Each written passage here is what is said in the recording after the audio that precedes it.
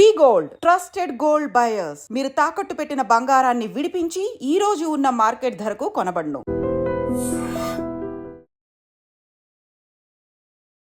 Hi hello నమస్తే, welcome back to iDream media. ఈరోజు మనతో ఉన్నారు యాంపీ సర్టిఫైడ్ మ్యూచువల్ ఫండ్ డిస్ట్రిబ్యూటర్ అయిన పిఎస్ చంద్రశేఖర్ గారు. సార్తో మాట్లాడదాం.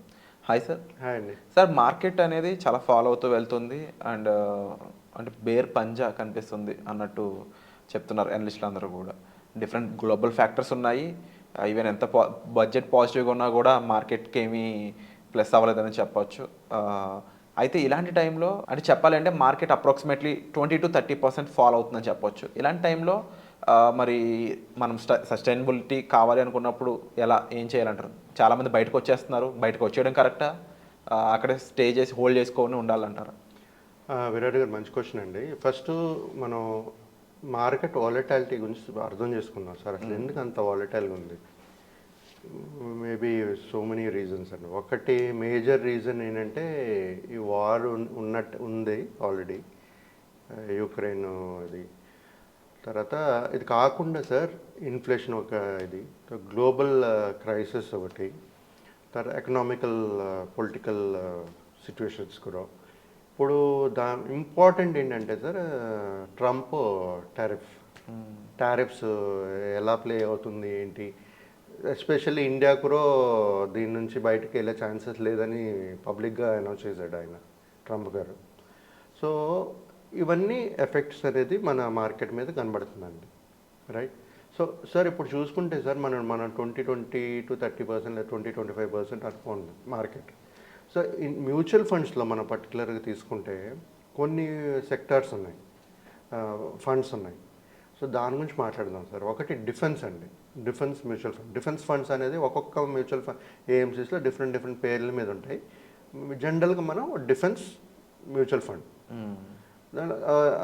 అది చూసుకుంటే ఇన్ఫ్రాస్ట్రక్చర్ ఫండ్స్, పవర్ ఫండ్స్, ఈ మూడు చూసుకుంటే సార్ 20-35% ఫాల్ అనేది పడింది, రైట్? సో మనం ఇక్కడ అర్థం చేసుకోవాల్సింది ఏంటంటే ఇదన్నీ టెంపరీ ఫేజ్. మార్కెట్ వాలటాలిటీస్ ఉంటాయి, ఎప్పుడు మార్కెట్ ఒకేసారి పెరుగుతూ ఉండదు. అప్స్ అండ్ డౌన్స్ ఉంటాయి, వాలటాలిటీ ఉంటాయి. సో మనకి ఎప్పుడైనా ఎవరైనా ఇన్వెస్ట్ చేసేటప్పుడు ఇది బేసిక్ అండర్స్టాండింగ్ అనేది ఉండాలి. ఎందుకంటే పొలిటికల్ సినారియోస్ మారుతూనే ఉంటాయి. ఎలక్షన్స్ వచ్చిన తర్వాత మళ్ళీ మంచి పెరగడం అన్నీ జరిగాయి, కామన్. బట్ మనం ఎప్పుడైనా చూసేటప్పుడు ఏంటంటే లాంగెస్ట్ టర్మ్ స్ట్రాటజీ అనేది చూసుకోవాలి. ఇలాంటి ఇప్పుడు నేను మాట్లాడుకున్న ఫండ్స్, డిఫెన్స్, ఇన్ఫ్రా, పవర్ 20-35% పడింది, రైట్? ఇప్పుడు ఏంటంటే సార్, జనరల్గా ఈ మ్యూచువల్ ఫండ్స్లో ఇన్వెస్ట్ చేసేటప్పుడు ప్రతి ఒక్కరూ ఇన్వెస్టెడ్ మినిమం 7 years అనేది ఉండాలి మార్కెట్లో. ఎందుకు 7 years ఉండాలి అనేటప్పుడు మనం మాట్లాడుకుంటే, ఎప్పుడైతే ఈ ఇనిషియల్ పీరియడ్లో ఒకవేళ మార్కెట్ పడినా సరే రికవరీ అనేది, ఫర్ ఎగ్జాంపుల్ ఇవాళ మార్కెట్ పడిందండి, లేకపోతే 2008లో మార్కెట్ క్రాష్ అయింది. క్రాష్ అయ్యేటప్పుడు 100 రూపాయలు 40 రూపాయలకి వచ్చింది, 60 రూపాయలు పడిపోయింది అనుకోండి. 40 రూపాయలు మళ్ళీ రికవరీ అవ్వాలంటే రికవరీ అయ్యే ఫేజెస్ ఉన్నాయి చూసారా మనది.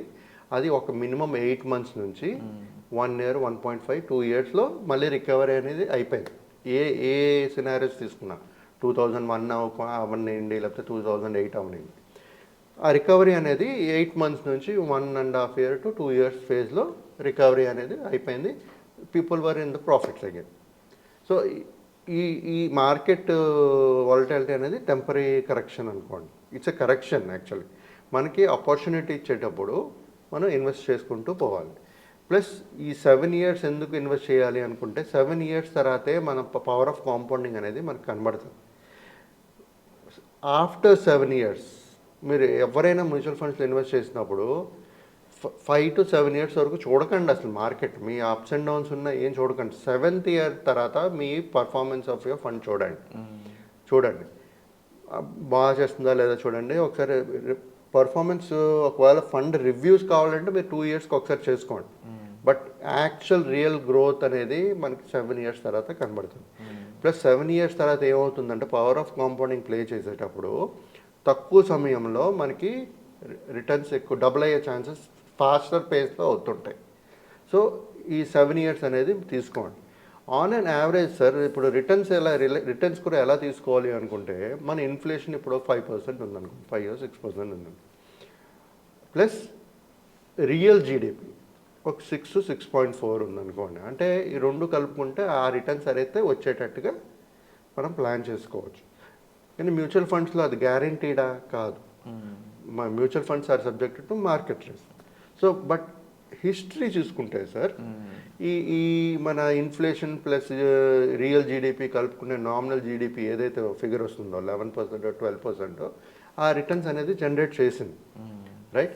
సో ఇప్పుడు సార్ ఇలాంటి వాలటైల్ మార్కెట్లో మనం ఎక్కడ ఇన్వెస్ట్ చేయాలి?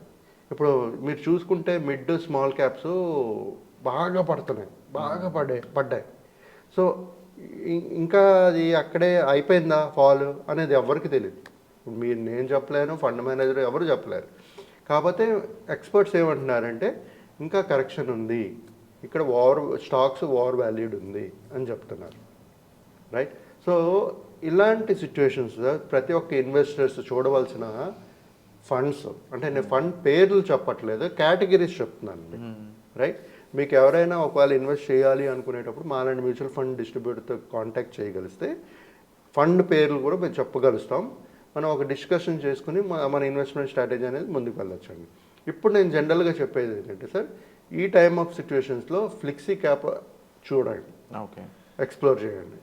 రెండోది లార్జ్ క్యాప్, మూడోది మల్టీ ఎసెట్ ఫండ్. ఈ మూడు కేటగిరీస్ అనేది ఇలాంటి వాలటైల్ మార్కెట్లో ప్రజెంట్ సినారియోలో మనం ఎక్స్ప్లోర్ చేసి ఇన్వెస్ట్ చేయొచ్చండి.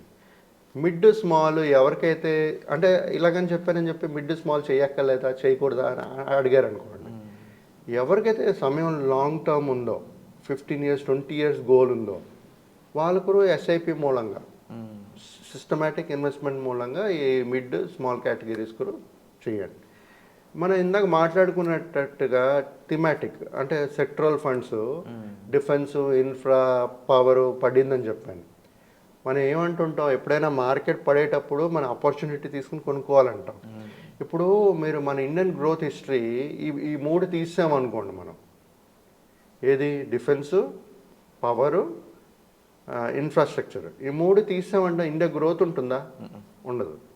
సో ఇంపార్టెంట్ ఏంటంటే అలాంటి ఫండ్స్ కూడా ఇన్వెస్ట్మెంట్ చేస్తే మనకు బెటర్ రిటర్న్స్ అనేది వస్తుంది.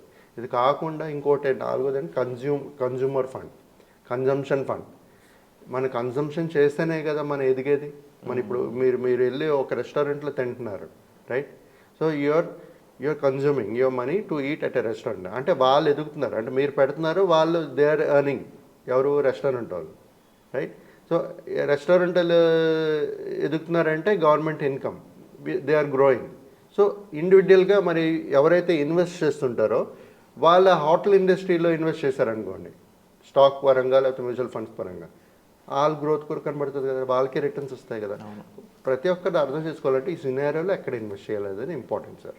సో ఇలాగ ప్లాన్ చేసుకుంటూ ప్రతి ఒక్కరూ ఈ వాలటైల్ మార్కెట్లో ఇన్వెస్ట్ చేసుకుంటూ మీ జర్నీ అనేది, ఇన్వెస్ట్మెంట్ జర్నీ అనేది క్యారీ అవుట్ చేయండి సార్. సో విన్నారు కదండి చంద్రశేఖర్ గారు చెప్పిన పాయింట్స్ అనేవి. అయితే సార్ చెప్పిన విధంగా మీరు స్ట్రాటజికల్గా ముందుకు వెళ్ళాలి అంటే మాత్రం తప్పకుండా గైడెన్స్ అనేది చాలా ఇంపార్టెంట్. అండ్ అది ప్రతిసారి అంటే మీరు ఇన్వెస్ట్ చేసే ప్రతిసారి ఇంపార్టెంట్. కాబట్టి యాజ్ ఏ మ్యూచువల్ ఫండ్ డిస్ట్రిబ్యూటర్గా మీరు సార్ని సంప్రదించినట్లయితే సరైన మంచి ఇన్ఫర్మేషన్ మీకు అందజేయడానికి డైరెక్ట్గా ఒక పాసిబిలిటీ అయితే ఉంటుంది. సో వచ్చే ఎపిసోడ్లో మళ్ళీ కలుద్దాం. Thank you so much sir. Thank you అండి.